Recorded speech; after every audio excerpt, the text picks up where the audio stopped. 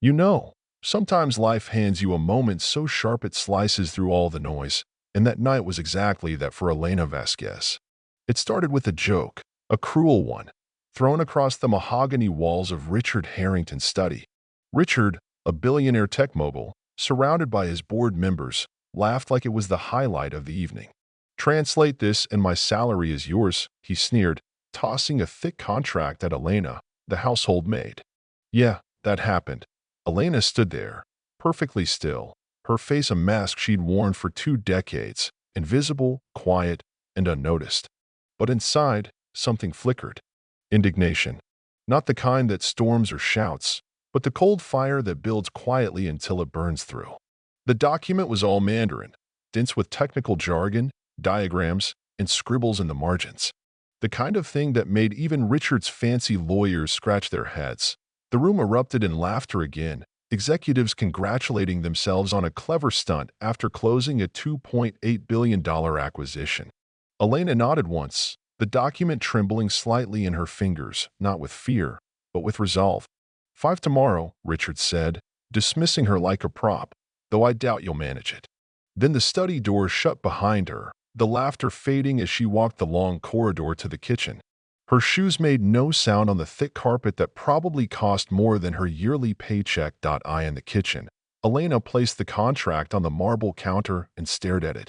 20 years she'd worked for the Harringtons, watching their kids grow up, caring for the house, nursing Richard's wife through cancer, invisible, treated like furniture, a ghost in a mansion full of wealth and indifference.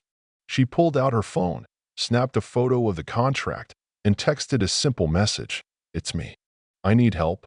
40 minutes later, after stocking the bar and scrubbing the kitchen spotless, Elena left the estate and drove her 12-year-old Toyota to a modest apartment 20 minutes away.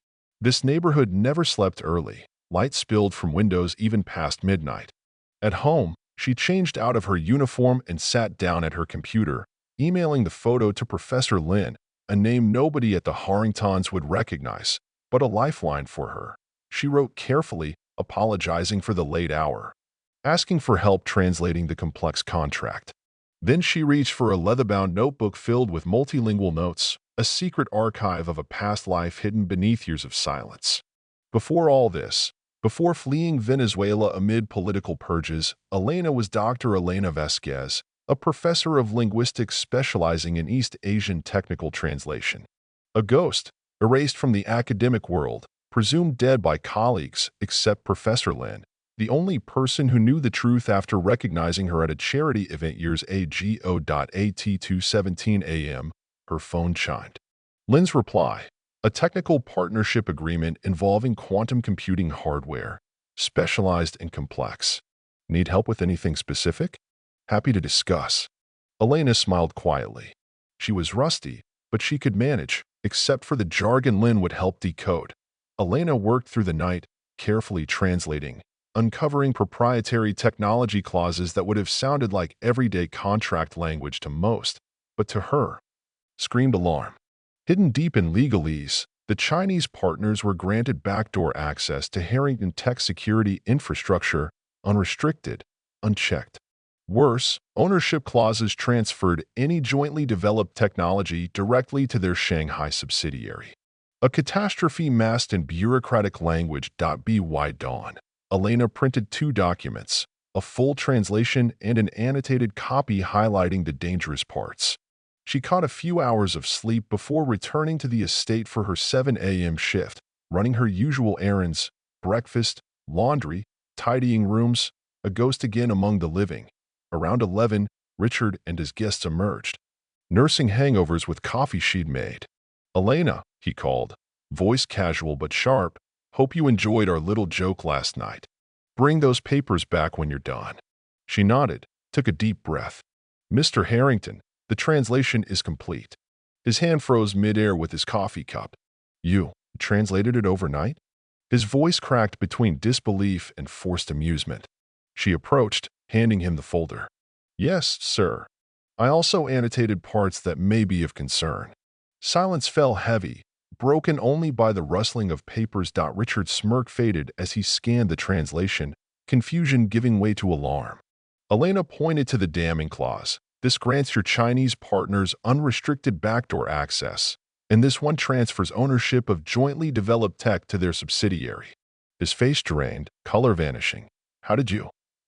Where did you learn this? He stammered. Elena answered simply, before I fled Venezuela, I was a linguistics professor focusing on technical translation and Mandarin.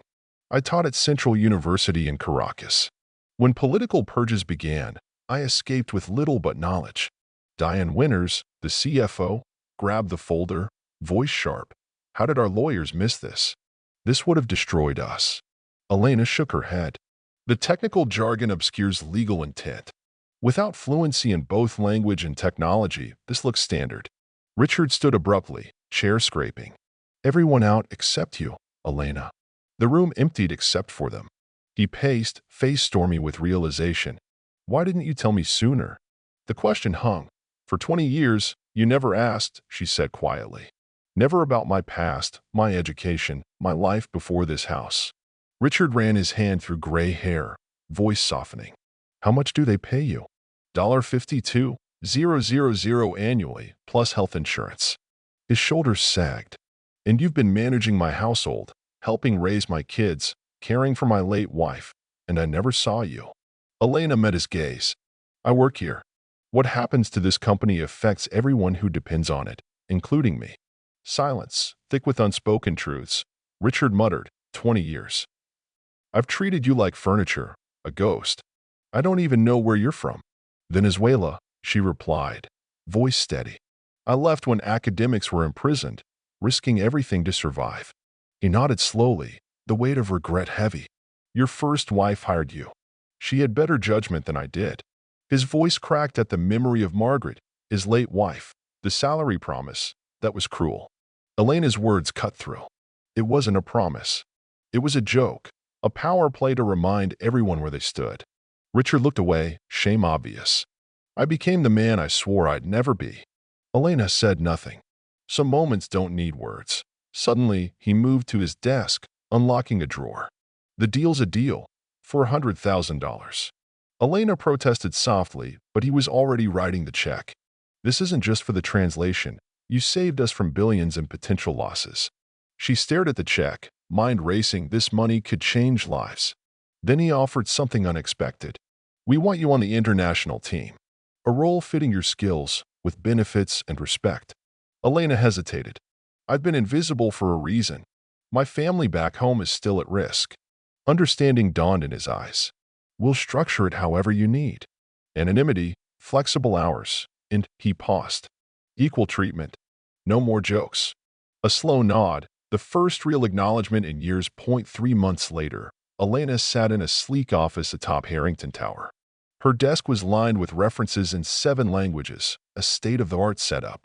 She had just finished reviewing a joint venture agreement with a Brazilian firm, catching vulnerabilities legal missed. Richard knocked, entering with 2 coffees, hers just how she liked it. The Singapore deal is moving forward because of you. The board's impressed. Elena smiled quietly. Her modest apartment remained, her profile low, but her life had changed irrevocably. He placed a small package on her desk. Open when you have a moment. Later, Elena unwrapped it, a new nameplate engraved with Dr. Elena Vasquez, Director of International Linguistics and Cultural Affairs. Beneath, a note read, your choice whether to use this. Either way, you are seen now. She ran her fingers over the letters, feeling the weight of 2 decades of invisibility lifting. She tucked the plate into a drawer, not yet ready to claim the title, but knowing that the choice was hers. And that's where it ends, or maybe it's just the beginning. Because here's the real question. In a world built on power and invisibility, who really deserves to be seen? Who gets to decide who matters? And when the stakes are billions in lives, what price do we pay for silence or for speaking up? What do you think, folks? Was Elena right to stay silent all those years, or should she have spoken out sooner? Should Richard have known better, or is this just how power blinds us? Share your thoughts. I'm dying to hear what you think about justice, respect, and the cost of invisibility in our world.